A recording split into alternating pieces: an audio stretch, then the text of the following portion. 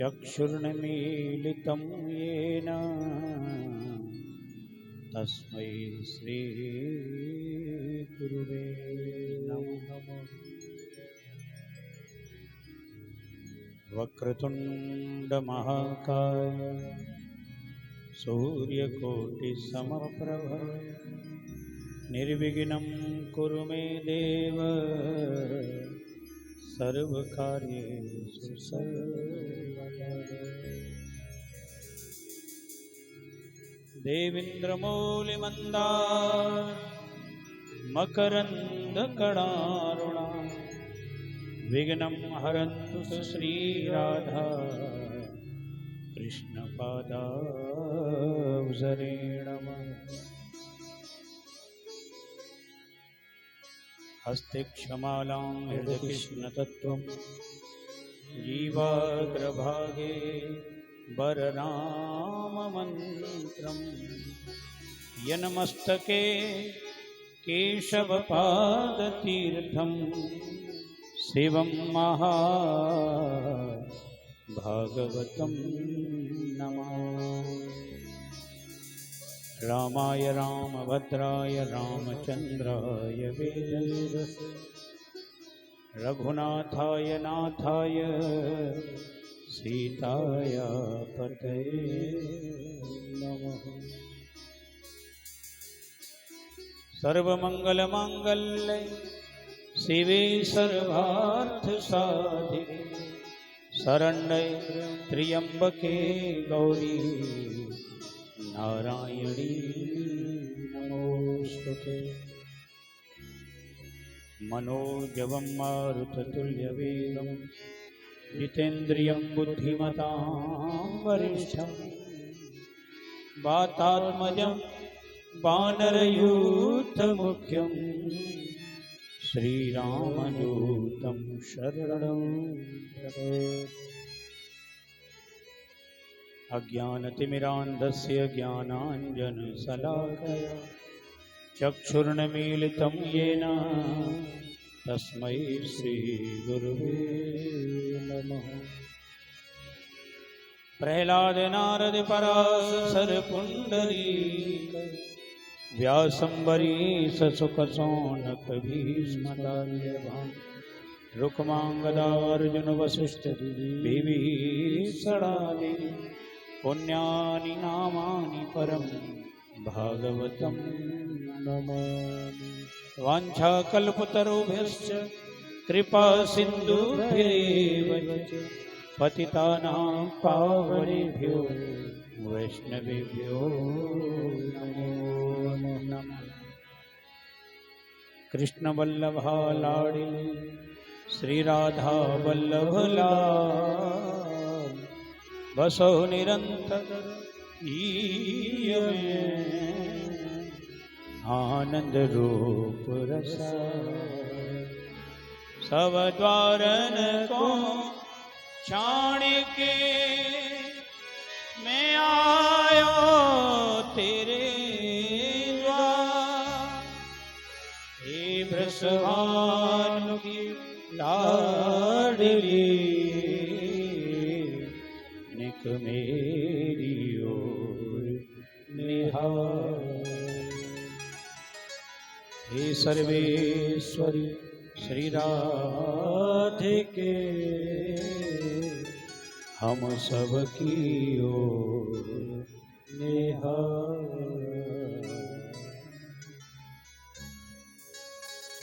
बोले सर्वेश्वर भगवान की जय हो। आनंद कंद वृतचंद्र परात्पर परब्रह्म अखिल कोट ब्रह्मांड नायक कारण करुणा वर्णालय तटित विद्युत विडंबित पीताम्बरधारी यदकुल कमल दिवाकर मथुराधिपति भगवान श्री नारायण की साक्षात वांगमयी प्रतिमूर्ति श्रीमद् भागवत महापुराण भगवान की परम मंगलमयी कथा का आइए हम लोग आनंद लें। उससे पहले सभी लोग मिलजुल कर मन और वाणी को पवित्र करने के लिए 2 मिनट भगवान के नाम संकीर्तन का आनंद लेंगे। उसके बाद भगवान की मंगलमयी कथा में हम सब लोग प्रवेश करेंगे।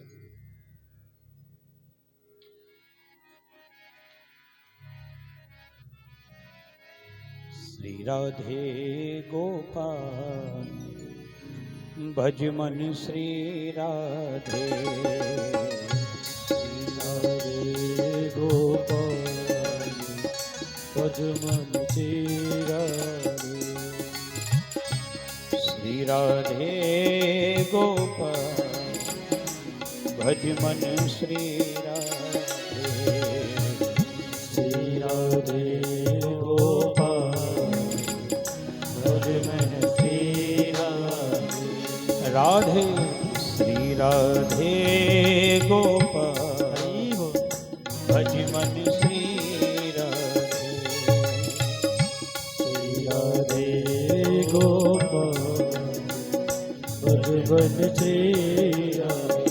श्री राधे श्याम राधे। श्री राधे श्याम राधे। श्री राधे श्याम राधे। राधे श्याम राधे।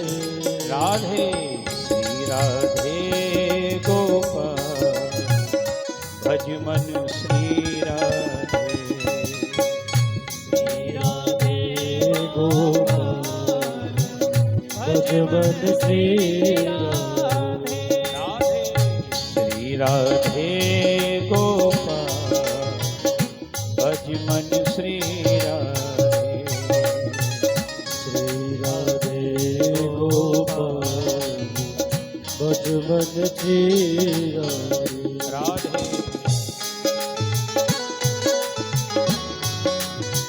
हरि बोल।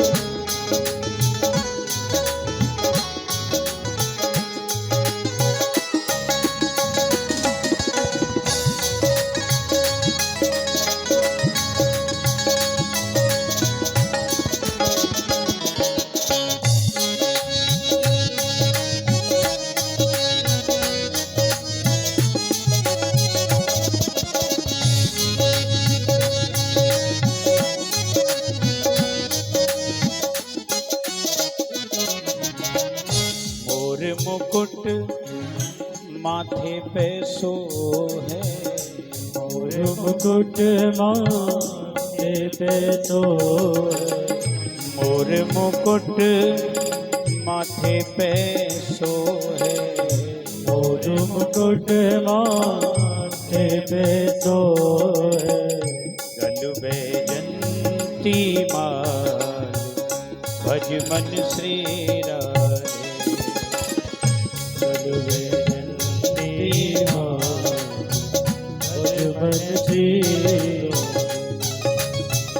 श्री राधे गोपाल भज मन श्री राधे।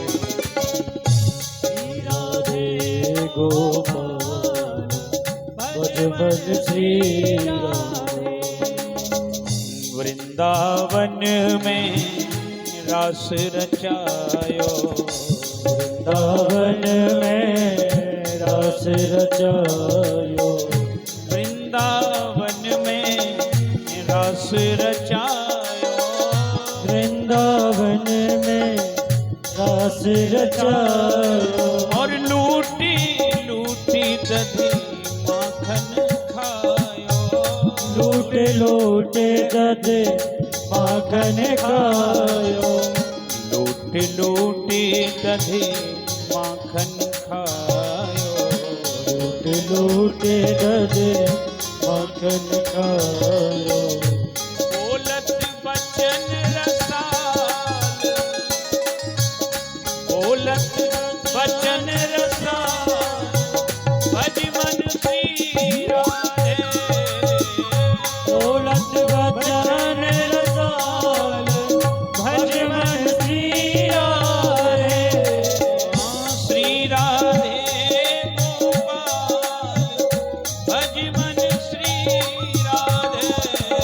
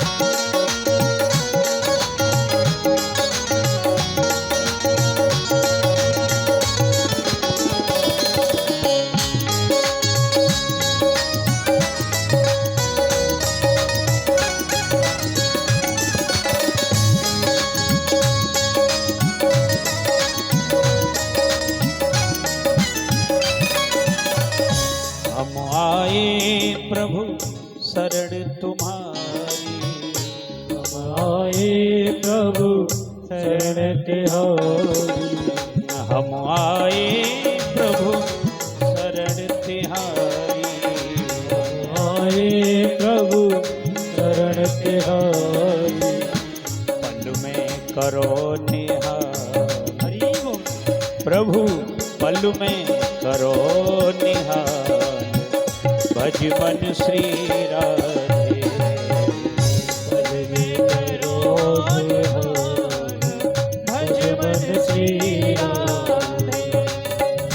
श्री राधे गोपाल भज मन श्री राधे।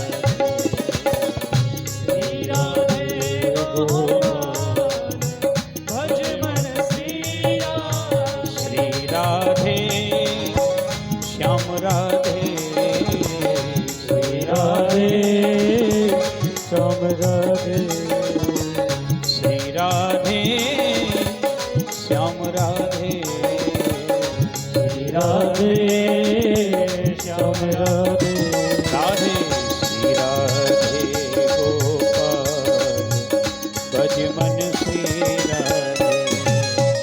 श्री राधे गोपाल भज मन श्री राधे। ओ भज मन श्री राधे। भज भज श्री राधे। ओ भज मन श्री राधे। भज भज श्री राधे। ओ भज मन श्री राधे।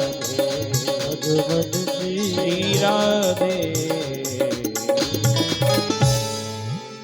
सर्वेश्वर भगवान की जय हो। भूतै महिद्भिर् ईमा पुरो विभुर् निर्मायसे ते यतिमोषु पुरुष भुङ्क्ते गुणान् षोडश षोडशात्मक सोलंक सृष्टि भगवान बचान। नैमिषे निमिषक्षेत्रे ऋषयः शौनकादया सत्रं स्वर्गाय लोकाय सहस्रशममाशत। सभी लोगों को राधे राधे। आइए आज का सत्र हम लोग प्रारंभ करते हैं।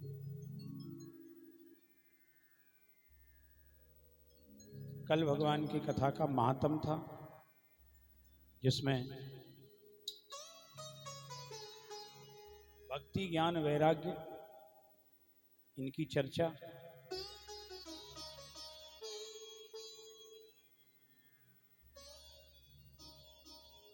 और श्री नारद जी के द्वारा भक्ति ज्ञान वैराग्य का कथा के द्वारा पुष्टि प्राप्त होना और वृंदावन से हरिद्वार की कथा में पहुंचना। उसके बाद कथा का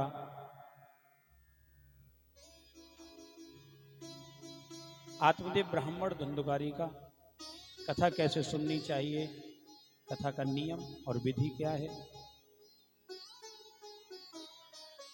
ऐसा आनंद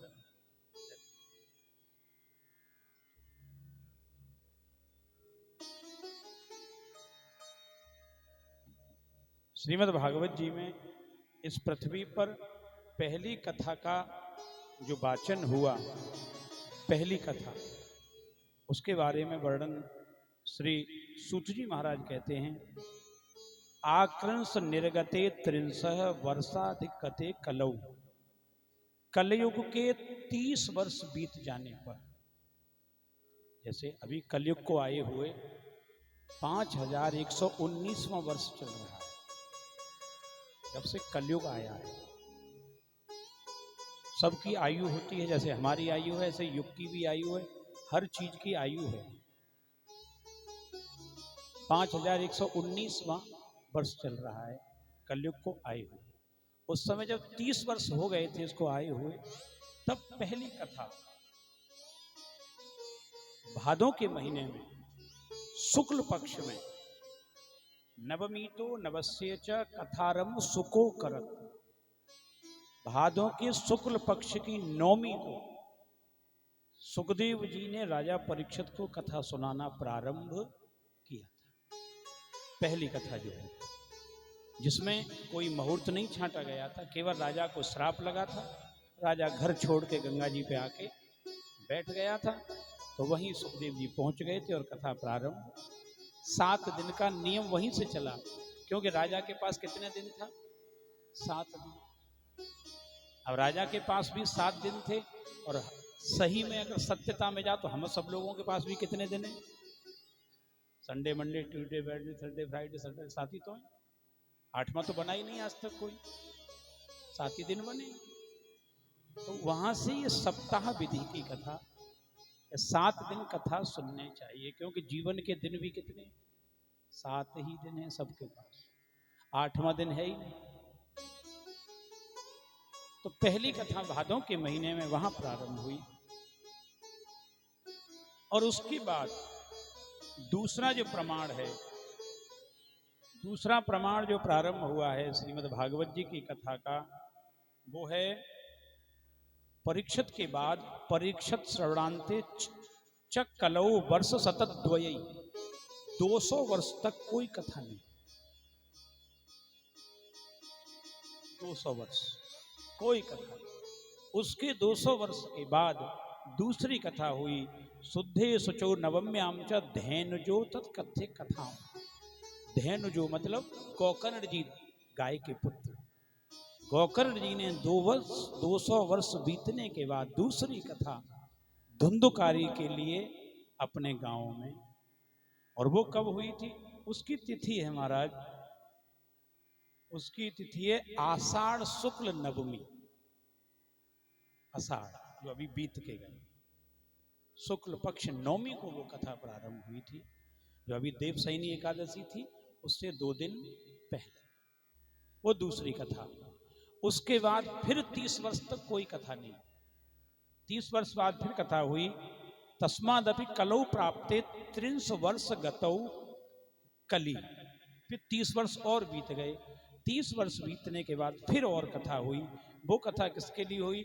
वो कथा श्री नारद जी महाराज ने जो सनकादिक ऋषियों से कराई थी, भक्ति ज्ञान वैराग्य के लिए हरिद्वार, वो तीसरी कथा का प्रमाण।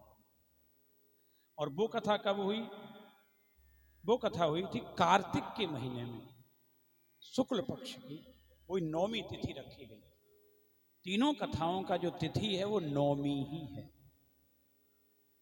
यहां से ये कथा का प्रारंभ कहां से चली, और तब से भक्ति ज्ञान वैराग्य का जब चमत्कार हुआ, तो तब से जब सबने देखा कि ये तो वास्तव में कुछ चमत्कार है, तब से ये कथा विधिवत हमारे इस भूलोक पर प्रारंभ हुई है, तब से चली आ रही है। ये कथा का प्रमाण है। अब उसके बाद श्रीमद् भागवत जी का प्रथम स्कंद प्रथम अध्याय प्रारंभ होता है। प्रथम स्कंद प्रथम अध्याय का आनंद है, आइए हम लोग उसका आनंद लें। वही प्रारंभ में भगवान के चरणों में सबको प्रणाम करना है, जो कल किया था, आज फिर वही है। लेकिन यहाँ ये नहीं, आप जिसको चाहते हो उसको प्रणाम करो, किसी देवता का यहाँ नाम नहीं। पहला ग्रंथ है साहब जिसमें स्तुति में किसी देवता का नाम ही नहीं, वरना कोई भी स्तुति कहीं करता, आप किसी में भी पढ़ना पहले अपने इष्ट को प्रणाम करते हैं। भागवत जी एकमात्र ऐसा ग्रंथ है जिसमें किसी देवता को नाम लेके प्रणाम नहीं किया गया,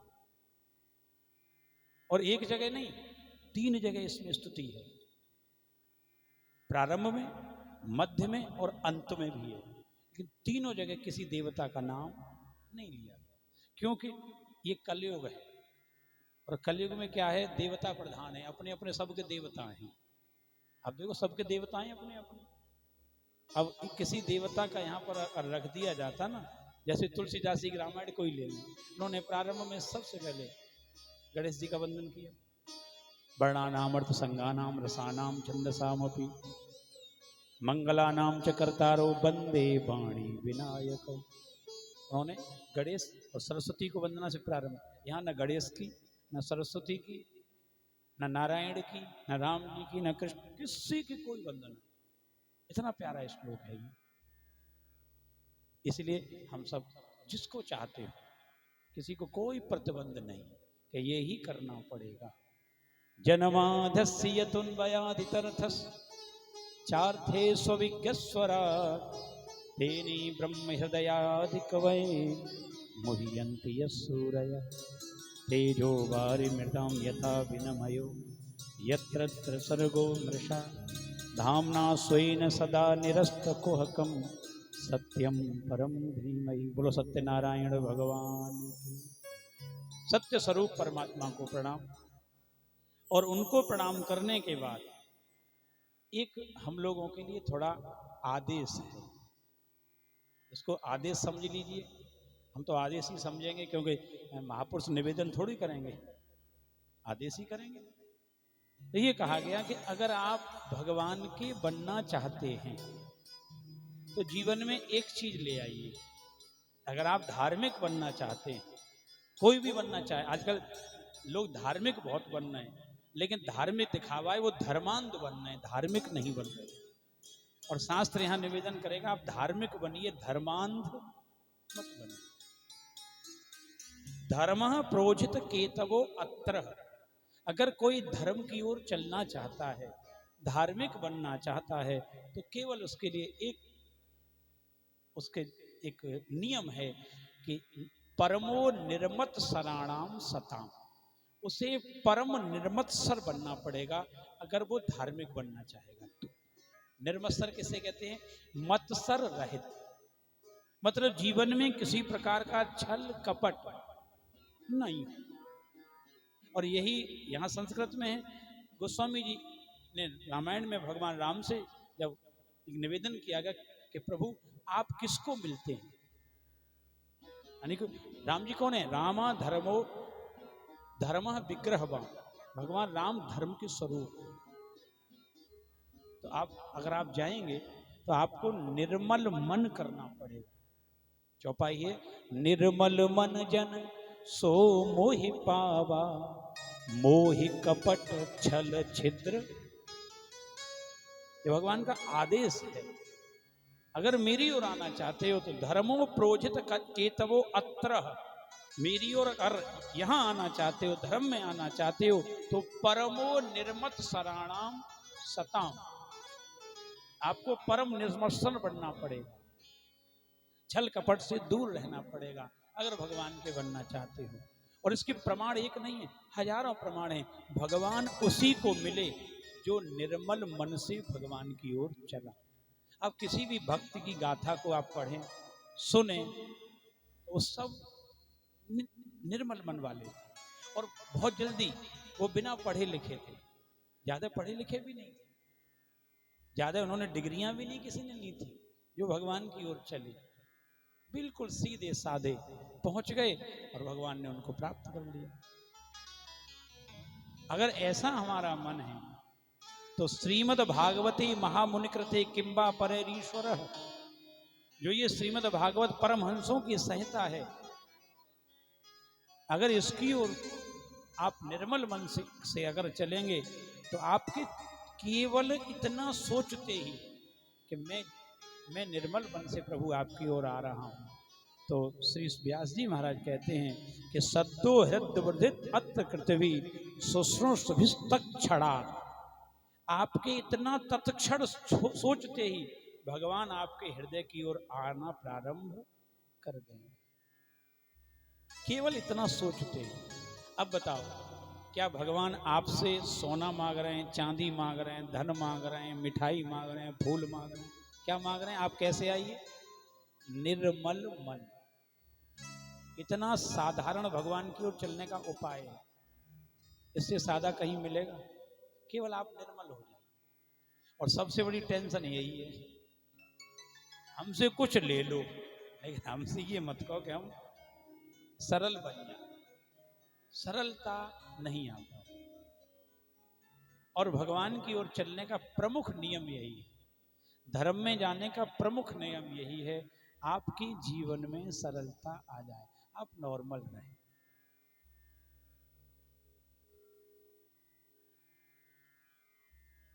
इतना कहने के बाद अब कथा वही नैमिषारण्य में प्रारंभ हो रही है। 2 श्लोकों से भगवान की स्तुति, फिर वही 88,000 ऋषि बैठे हुए हैं। सौनकादिक ऋषि और उनके सामने सूत जी महाराज विराजमान। सभी ऋषियों ने गुरुदेव को प्रणाम किया और प्रणाम करके बैठ गए। सबने हाथ जोड़ के निवेदन किया, गुरुदेव हम आपसे कुछ पूछना चाहते हैं। तो सूत जी ने कहा, पूछो, क्या पूछना चाहते हो? बोले, प्रभु क्योंकि आप पुराणों के बहुत अच्छे जानकार हैं, आपको सब कुछ आता है। हम आपसे एक निवेदन करना चाहते हैं, प्रभु हमें एक बात बताइए कि हम जो मनुष्य बने, भगवान ने हमें मनुष्य बनाया, क्यों बनाया? ये पहला प्रश्न है। भगवान ने हमें मनुष्य बनाया तो क्यों बनाया? क्योंकि 84 लाख योनियां हैं, ऐसा शास्त्र बताते हैं। अरे भगवान हमें कुछ भी बना देता, 2 पैर का बनाया, 4 पैर का बना देता, 6 पैर का बना देता, बिना पैर का बना देता। और आप देख रहे होंगे कि सब तरह की दुनिया है। भगवान ने हमें ही क्यों मनुष्य बनाया? पहला प्रश्न। दूसरा प्रश्न उन्होंने किया कि प्रभु एक बात और बताइए हमें,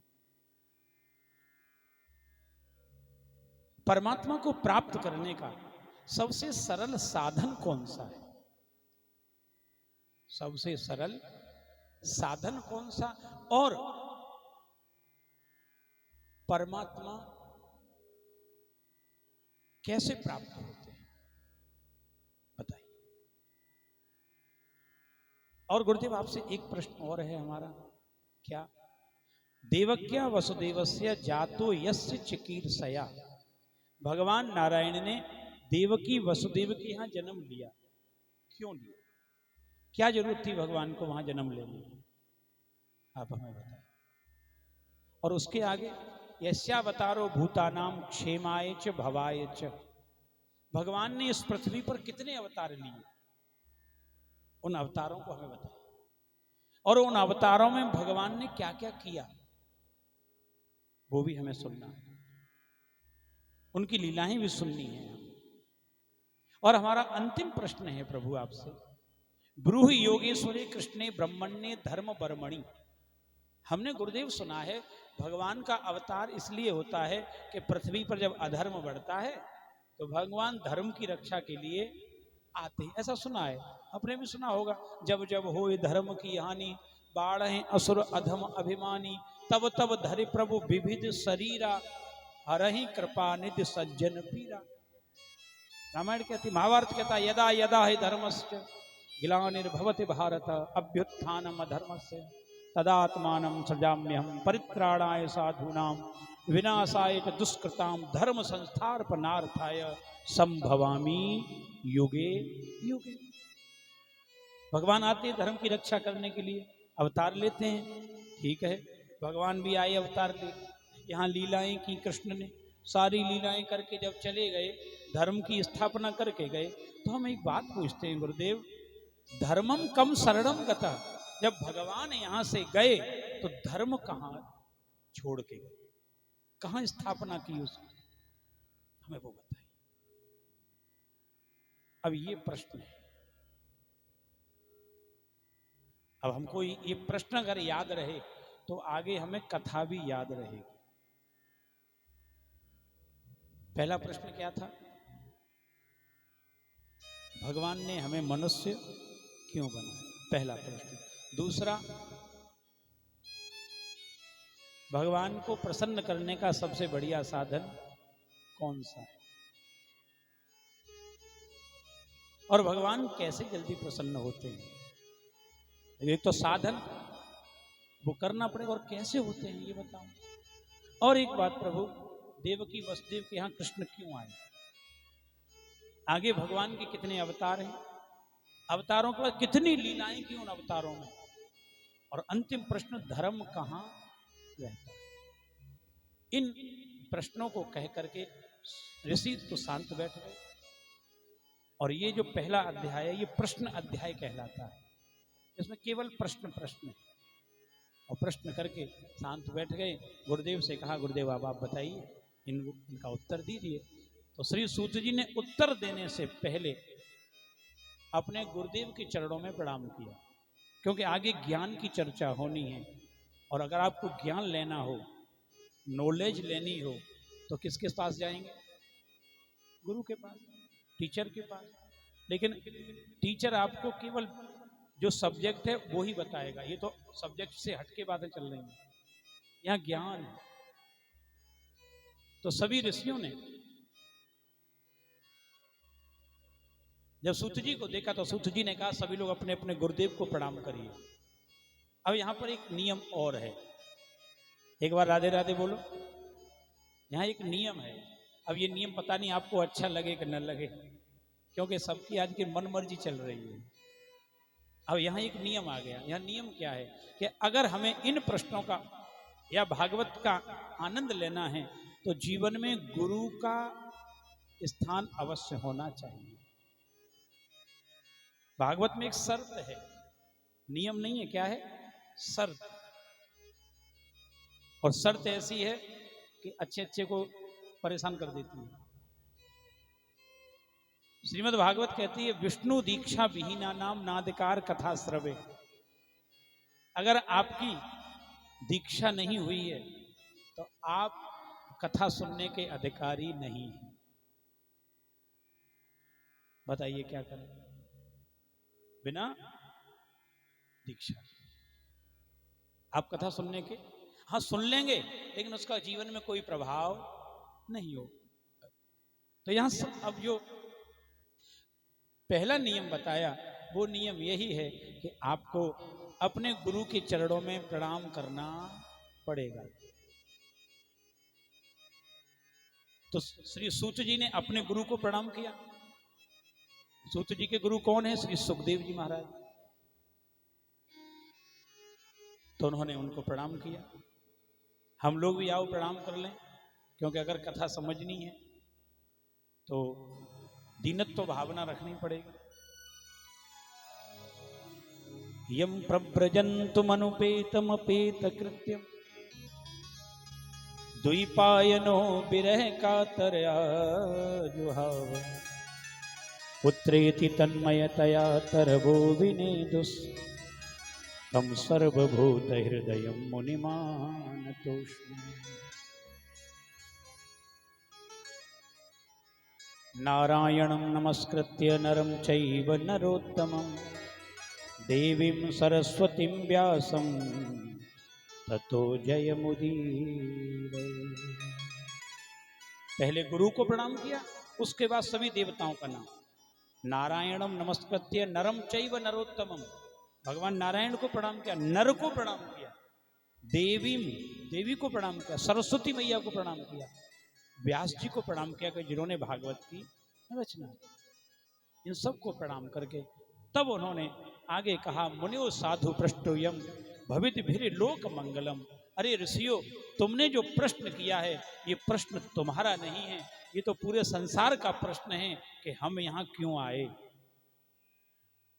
देखो कभी कभी जब थोड़ा सा दिमाग में टेंशन हो जाए तो सबसे पहले गुस्सा आती, क्यों भगवान ने भेजा है दुनिया में फालतू में, इस झंझट के लिए भेजा था। होता ही नहीं होता, बता थोड़े सी नेक प्रेशर दिमाग पे आए तो केवल ये होता है कि सब आग लगे सब में, हाँ फंस गए चक्कर में आके। और हमारे यहाँ तो एक बहुत पुराने कवि हुए प्रदीप जी, सन 70 के दशक के, उन्होंने तो एक बड़ा बढ़िया गाना बनाया था। दुनिया बनाने वाले क्या तेरे मन में समाई, काहे को दुनिया बनाई, काहे को दुनिया बनाई। दुनिया बनाने वाले क्या तेरे मन में समाई, काहे को दुनिया बनाई। तूने काहे को दुनिया बनाई, काहे को बनाए तूने माटी के पुतले, काहे को बनाए तूने माटी के पुतले। मन इनके काले तन इनके उजले, मन इनके काले और तन इनके उजले। काहे को बनाया तूने दुनिया का मेला, काहे को बनाया तूने दुनिया का मेला। तो प्रश्न है कि क्यों क्यों आए? ये 2 दिन का मेला, ये 2 दिन का मेला आखिर लगा ही क्यों है? वो वापस बुलाने वाले फिर भेजता ही क्यों है? क्यों भेजता है? टेंशन है कि नहीं? बताओ, सही बताओ। तो इसी प्रश्न का उत्तर है कि भगवान ने हमें क्यों भेजा। और ये सबका प्रश्न है कि नहीं? अगर ये प्रश्न का उत्तर समझ में आ गया तो आज के बाद ये प्रश्न खत्म, इस क्वेश्चन का एंड होना चाहिए। भगवान ने हमें क्यों बनाया, इसका उत्तर दे रहे हैं श्री सूत जी महाराज सौनकादिक ऋषियों को कि तुमने पूछा कि भगवान ने हमें यहाँ क्यों भेजा, तो भगवान ने केवल एक काम के लिए भेजा। क्या? यत् कृतः कृष्ण संप्रश्नो ये नात्मा सुप्रसिद्धति। अरे ऋषियों, भगवान ने हमें केवल इसलिए भेजा था कि जो कुछ करेगा ये मेरा है, मेरे लिए करेगा, लेकिन मेरे लिए कुछ नहीं करता है। हमारे यहाँ जो गर्भ उपनिषद है उसमें बताया है कि जब जीव गर्भ में आता है तो गर्भ में आकर वो जब बड़ा होने लगता है तो गर्भ का जो समय होता है उसे नरक काल बोलते हैं। गर्भ में जितने दिन बालक रहता है वो नरक काल होता है, क्योंकि इस पेट में क्या भरा है, अच्छी जगह कि गंदी जगह अंदर? सही बताना, सोच के, कोई वो नहीं है। सबसे गंदी जगह अगर कोई है अंदर, बाहर से कितना ही अच्छा है, अंदर क्या भरा है इसमें? खून, मांस, गंदगी, और उसमें वो जीव रहता है लिपटा हुआ। तो जब वो जीव उसमें रहता है तो उसमें से पीड़ा होती है, और पीड़ा कब कब होती है उसका भी वर्णन है हमारा। जैसा माँ खाती है वो सीधा कहाँ गिरता है जाकर के? उस बालक के शरीर पर। और शरीर पर ये रोए नहीं होते, ये वाली खाल नहीं होती, ये वाली जो खाल है वो नहीं होती। वहाँ कौन सी खाल होती है? जब आप कभी फिसल जाएं तो आपने देखा होगा वाइट वाइट हो जाता है। आज अंकुर को पता होगा, थोड़ी चोट लग गई, तो आपने देखा होगा वाइट वाइट अंदर, इसको जब हटाएंगे तो सफेद सफेद होता है। वैसी बॉडी होती है जब बच्चा पैदा होता है, आप देखना बिल्कुल वाइट। तो उस पर जब गिरता है कुछ तो शरीर में लगता है। अच्छा, उस समय माताओं को कुछ खाने का भी अलग अलग तरह का तरीका होता है, मिर्ची खाना, खटाई खाना, गरम गरम चीजें खाना, तो वो सीधा कहाँ गिरता है? बच्चे पर। इस श्रीमद् भागवत में तृतीय स्कंद में जो कपिल देव और देवहूति मैया का जो उपाख्यान है, सीधा साइंस मारा, पूरा साइंस भर दिया। अब जब शरीर पर गिरता है तो वो तड़पता है, अच्छा बोल नहीं पाता, लेकिन उसका संबंध कहाँ होता है? उसका सीधा संबंध भगवान से। तो वो भगवान से प्रार्थना करता है। यानी हम लोग जब गर्भ में थे तो हम परमात्मा से प्रार्थना करते हैं कि प्रभु मुझे यहाँ से बाहर करो, यहाँ से बाहर निकालो, ये नरक है। तो भगवान कहते हैं मैं क्यों बाहर निकालूं, मैं क्यों निकालूं तुझे, तू कौन है? तो कहता है प्रभु मैं आपका ही तो ईश्वर अंश जीव, जीव ईश्वर का ही तो अंश है, आत्मा किसका अंश है? परमात्मा का अंश है। मैं आपका हूं प्रभु, मुझे बाहर निकालो। परमात्मा कहते तू मेरा है, पक्का मेरा है। बोले प्रभु और मैं हूं किसका? राधे राधे। अगर वास्तव में हम टोटल लगाएं कभी बैठ के, तो हम वास्तव में किसके हैं? हकीकत में सत्यता में हम किसके हैं? हम कौन? ये शरीर नहीं, ये बोलना है। तो वो कहता है कि प्रभु मैं आपका ही तो, भगवान मेरा है तू। और किसका हूं प्रभु? आप परमात्मा, मैं आपकी आत्मा, आपका ही तो एक टुकड़ा हूं। आप मुझे इस नरक से बाहर कर दीजिए। भगवान ने कहा ठीक है कर दूंगा, मेरा क्या फायदा? परमात्मा कहते मेरा क्या फायदा? बोले प्रभु मैं आपका हूं तो आपके अलावा और मेरा होगा ही कौन? तो प्रभु आपसे एक वचन देता हूं, मुझे इस नरक से बाहर करिए, आप जो कहेंगे वही करूंगा, आप जो कहेंगे। तो भगवान कहते हैं वचन दे दो। तो गर्भ काल में वचन दिया, किसको दिया? परमात्मा को। आप जो कहेंगे वही करूंगा। भगवान कहते एक काम करना, बाहर निकल के मेरे अलावा किसी का मत हो जाना, और मुझे कुछ नहीं चाहिए तुझसे, ठीक है ना? जन्म लेके मेरे अलावा किसी का तो नहीं बनेगा। बोला प्रभु सौगंध खाता हूं आपके अलावा मैं किसी का नहीं बनूंगा। भगवान कहते देखना ऐसा ना हो कि बाहर जाके भूल जाए। बोले प्रभु बिल्कुल नहीं, पक्का? बोले पक्का प्रभु। तब भगवान उसे जन्म देते हैं, और जन्म देते ही आप कभी गौर करना, बच्चा पैदा होता है तो आंखें बंद होती हैं, फिर कुछ समय बाद धीरे धीरे उसकी आंखें, अब वो सबको देखता है आंखें फाड़ फाड़ के, कोई उसकी समझ में आता है? कोई नहीं आता। अब क्या होता, अब वो ये देख रहा है मैं जिसका था वो कहाँ है, अब वो है ही नहीं। अब माँ क्या कहती है, उसको खिलाती है, गोदी में लेके, मैं तेरी माँ, बोल माँ, मम्मी बोल माँ। अब जबरदस्ती, अब उसके कान में क्या 24 घंटा क्या आवाज आती है? अच्छा माँ फिर क्या कहती है, ये तेरे पापा पापा पापा पापा। तब तक बहन आ गई, बोलती मैं तेरी दीदी, मैं तेरी दीदी, मैं तेरी दीदी। तब तक बुआ आ गई, बोल बुआ, बोल बुआ। दादाजी ये तेरे दादा, दादा ये तेरी दादी। अब वो ऐसे देखता है ये क्या बवाल है, देखता नहीं, आप ध्यान रखना, ये देखता है कि नहीं देखता, उसे पता ही नहीं। अब वो है किसका, अब वो है ही नहीं। अब उसे कहीं, अच्छा कोई भी माँ या कोई भी पिता उस बच्चे से कहता है ये तेरे भगवान, सही बताना, कोई कहता है? कोई नहीं कहता। अब धीरे धीरे वो बड़ा होता है तो उसके कान में आवाज क्या पड़ती है, फिर वो क्या बोलना शुरू कर देता है, जो आप कहोगे वो बोलेगा। वो इसी, ये मेरी माँ है, ये मेरे पिता हैं, ये मेरी बहन है, ये मेरे भाई हैं, कोई। अब उसमें वो फंस गया, अब उसमें वो फंस गया। अच्छा अब उसको भूल गया, किसको, हम वचन किसको दे के आए थे, उसको भूल गए, क्योंकि यहां झंझट लग गए।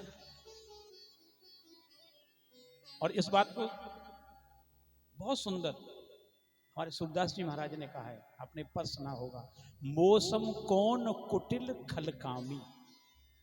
वो कहते थे भगवान से, बोले प्रभु मुझ जैसा कोई हरामी नहीं हो सकता, क्यों? जेह तन दियो ताहे बिसरायो, ऐसो नमक हरामी। सूरदास जी कहते थे मुझसे बड़ा कोई हरामी हो सकता है कोई, जिसने मुझे यहाँ संसार में भेजा और मैं उसी को ही भूल गया। और ये होता है कि नहीं होता, सही बताना।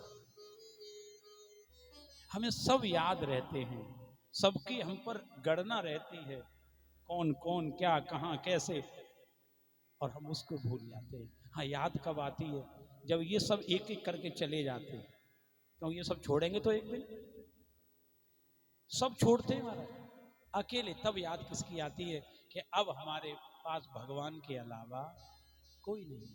हमारे गुरु जी एक कथा सुनाते थे, बड़ा छोटा सा।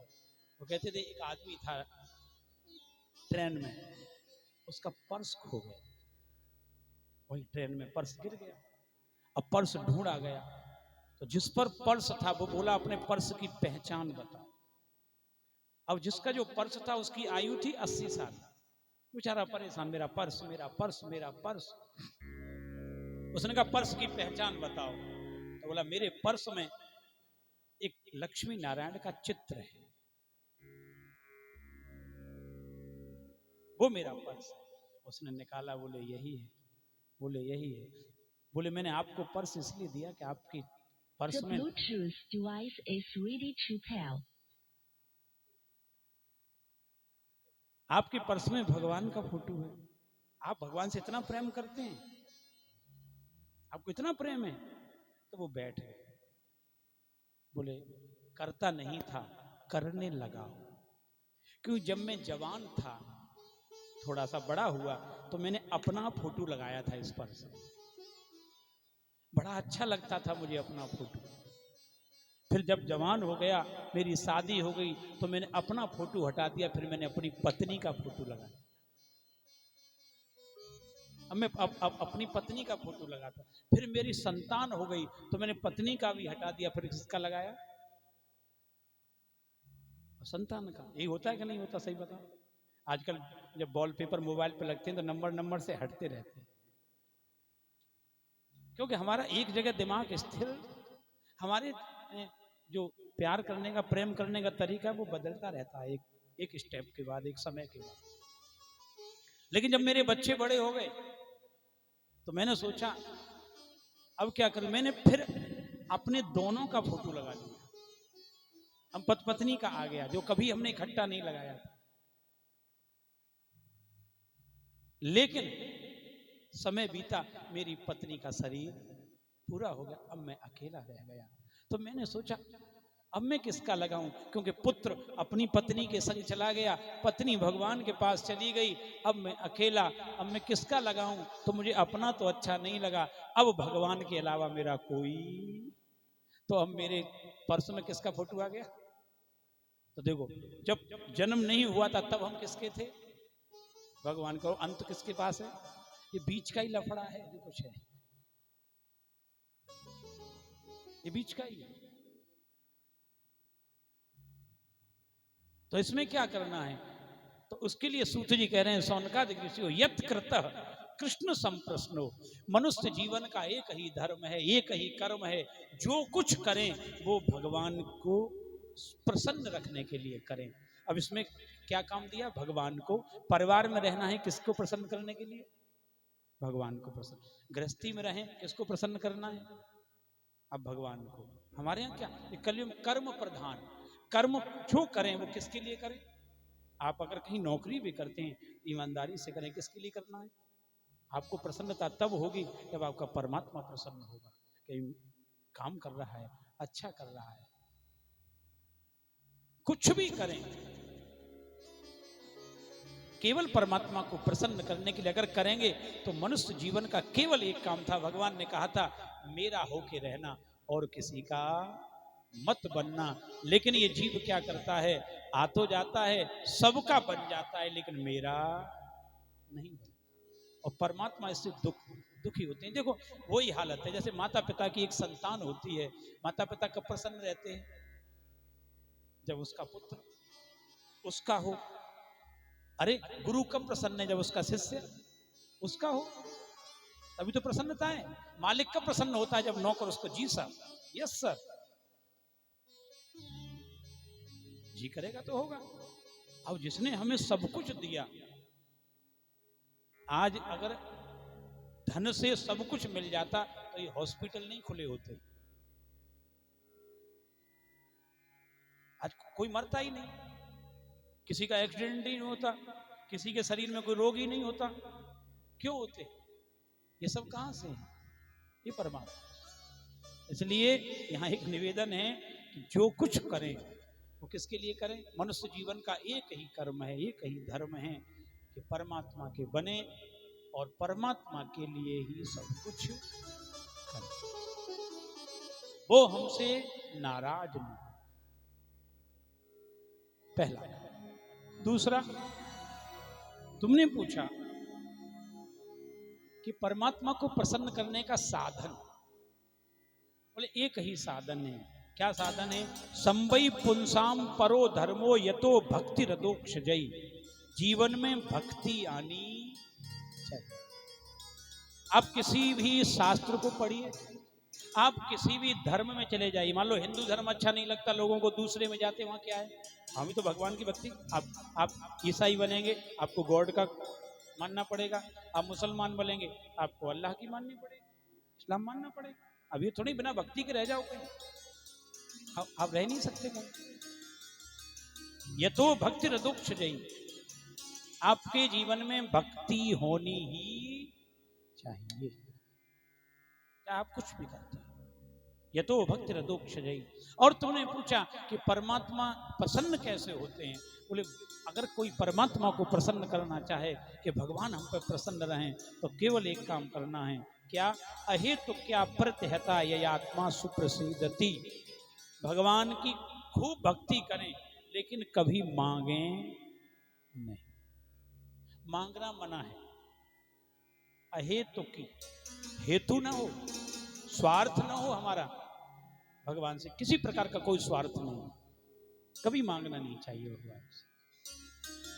अहेतु क्या प्रतिहता ययात्मा सुप्रसिद्धति, ए प्रभु जो कुछ है तेरा। जैसे हम लोग कोई पाठ पूजा करते हैं तो यजुर्वेद कहता है सब कुछ करके कह दो ब्रह्मार्पणमस्तु, हे ब्रह्म सब तुम्हारा, हमें आपसे कुछ भी नहीं चाहिए, कुछ नहीं चाहिए। फिर देखना क्या मिलता है, फिर देखना क्या मिलता है। क्योंकि अभी हम लोगों को हमारी क्या है, संसार की जो भक्ति है वो कुछ ना कुछ मांगने की है कि नहीं मांगने। हम तो बिना मांगे रह ही नहीं सकते। अच्छा, लिस्ट भी बड़ी तगड़ी है हम लोगों की, छोटी मोटी लिस्ट हो तो भी ठीक है। अरे 2-4 चीजें हो तो मांग के उसे खत्म कर दो, अब नहीं है साहब, वो तो खत्म होती नहीं है। हाँ, क्योंकि हमें रोज एक चीज चाहिए और नई नई चाहिए। क्या करें, हमारे यहाँ तो एक आरती बनाई है जो सबसे ज्यादा घरों में गाई जाती है, उसमें मांगने के अलावा कुछ है ही नहीं, मांगते रहो। सबसे सरल आरती है। देखो एक लाइन गा लो, मेरे संग याद हो तो गाना जरूर। जय जगदीश हरे स्वामी, जय जगदीश हरे, भक्त जनों के संकट, दास जनों के संकट, क्षण में दूर करे, ओम जय जगदीश हरे। आगे लाइन, जो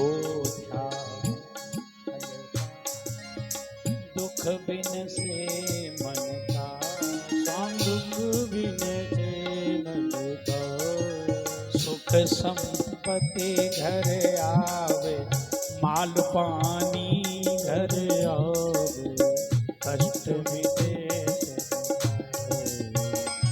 ओम जय जगदीश।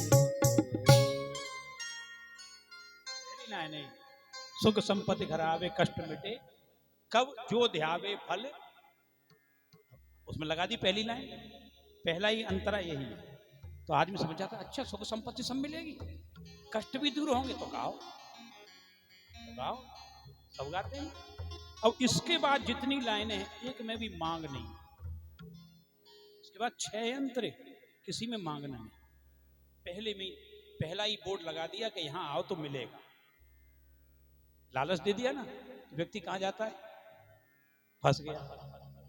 जिन्होंने ये आरती बनाई है स्वामी शिवानंद जी महाराज, अब कभी मिलना चाहें, ऋषिकेश में रहते हैं, गंगा जी के किनारे इनका बहुत बड़ा आश्रम है, divine society, divine life of society of India इनका आश्रम है, स्वामी शिवानंद जी महाराज। बाबू जी हम एक बार गए, हम लोग तो खुरापाती आदमी, उसमें भी संघ के, पूछ लिया महाराज जी, क्योंकि आरती में जो आगे लाइन है ना, अगर आप सुनेंगे तो आप भी चौंक जाएंगे, वास्तव में गड़बड़ी क्यों हुई। उन्होंने जो सबसे आखिरी, जो ये पहला लय है ना, ये आखिरी में होनी थी, उन्होंने पहले रख दिया। इसके बाद की लाइन देखो, सुनो। तुम पूर्ण परमा, तुम करुणा के साथ, तुम हो एक अघोर, दीन बंधु दुख हरता, विषय विकार मिटाओ। मांगना नहीं कहीं, पहले लाइन में सुख संपत्ति घर आवे, जो ध्यावे फल पावे। पूछा महाराज जी आपने इस आरती में एक गड़बड़ी कर दी, तो क्या कर दिया, नहीं जो सबसे बाद वाली जो है ना उसे पहले कर देते, कितना बढ़िया लगता है। जो सबसे बाद वाला इसका जो अंतरा है, 2 अंतरा बाद में जोड़े गए, जो तन मन धन है ना, आरती में नहीं है वो, तन मन धन सब है तेरा ना, आरती में है ही नहीं। सबसे बाद वाला है, विषय विकार मिटाओ, पाप हरो देवा, स्वामी पाप हरो देवा, श्रद्धा भक्ति बढ़ाओ, श्रद्धा प्रेम बढ़ाओ, संतन हरि सेवा। ओम मैंने ये तो पहले होनी चाहिए थी महाराज। महाराज जी बोले बेटे ये कलयुग है, क्या है, यहाँ वो ही आएगा जिसको लालच हो, उसी को चीज पकड़ता है आदमी। बगल के हनुमान जी खराब हैं, अगर 100 किलोमीटर वाले हनुमान जी कुछ दे रहे हो तो कहाँ जाएगा आदमी। वो तो भगवान की कृपा है, जो कि विदेशों में कहीं हनुमान जी और राम जी नहीं है, जो आजकल माताएं बोल देती हम आएंगे वैष्णो देवी। अगर हमारा काम हो जाके ये वैष्णो देवी यूएसए में होती तो हमारा वीजा नहीं लगता, ऑस्ट्रेलिया वगैरह हम बैठ जाएं तो हम लोग यही तो करते हैं, जहां मिलता है वहां भागते हैं। इसलिए मांगना हमारे यहाँ इस जीवन में ज्यादा हो गया है। लेकिन शास्त्र और साधु कहते हैं, महात्मा कहते हैं कि भगवान से मांगना नहीं, कभी नहीं मांगना चाहिए। और इसके कई प्रमाण हैं न मांगने के हमारे यहाँ शास्त्र में। आप कई अगर कथाओं में जाएंगे, आप सबसे बड़ी कथा अगर कभी पढ़ते हो रामायण में, हनुमान जी की कथा है, उन्होंने भगवान से कभी कुछ मांगा, कभी कुछ नहीं मांगा। देना भी चाहते हैं भगवान, और दिया उसका भी प्रमाण है। जब भगवान का राज तिलक हो रहा था तो एक मड़ियों की माला जो विभीषण ने लंका से लाकर के भगवान के गले में डाली थी, मड़ियों की माला, वो भगवान राम ने उतार करके हनुमान जी के गले में, हनुमान जी ने उतारी और पूरी माला तोड़ दी। और तोड़ करके एक एक उस मणि को देखते फेंकते, विभीषण को टेंशन आ गया। विभीषण बोले इतनी कीमती माला मैं लाया लंकाधीश और भगवान को दियो, भगवान ने बंदर को पकड़ा दिया, सत्यानाश कर। यानी आपका कोई बढ़िया उपहार आप किसी को गिफ्ट करें और वो गिफ्ट वाला उसे तोड़ तोड़ के, कैसा लगेगा सही बताना, भयंकर बुरा लगेगा। अच्छा राम जी समझ गए, तो विभीषण के मन में माला के प्रति गड़बड़ चल रहा है, पूछ बैठे हनुमान जी से, हनुमान जी इधर आओ, क्या हुआ, क्या ढूंढ रहे हो? बोले प्रभु कुछ नहीं। नहीं ये तुमने माला क्यों तोड़ दी, इतनी कीमती माला थी। बोले प्रभु मेरे किसी काम की नहीं है। बोले क्यों? बोले उसमें आपका नाम नहीं, मैं वो देख रहा हूं।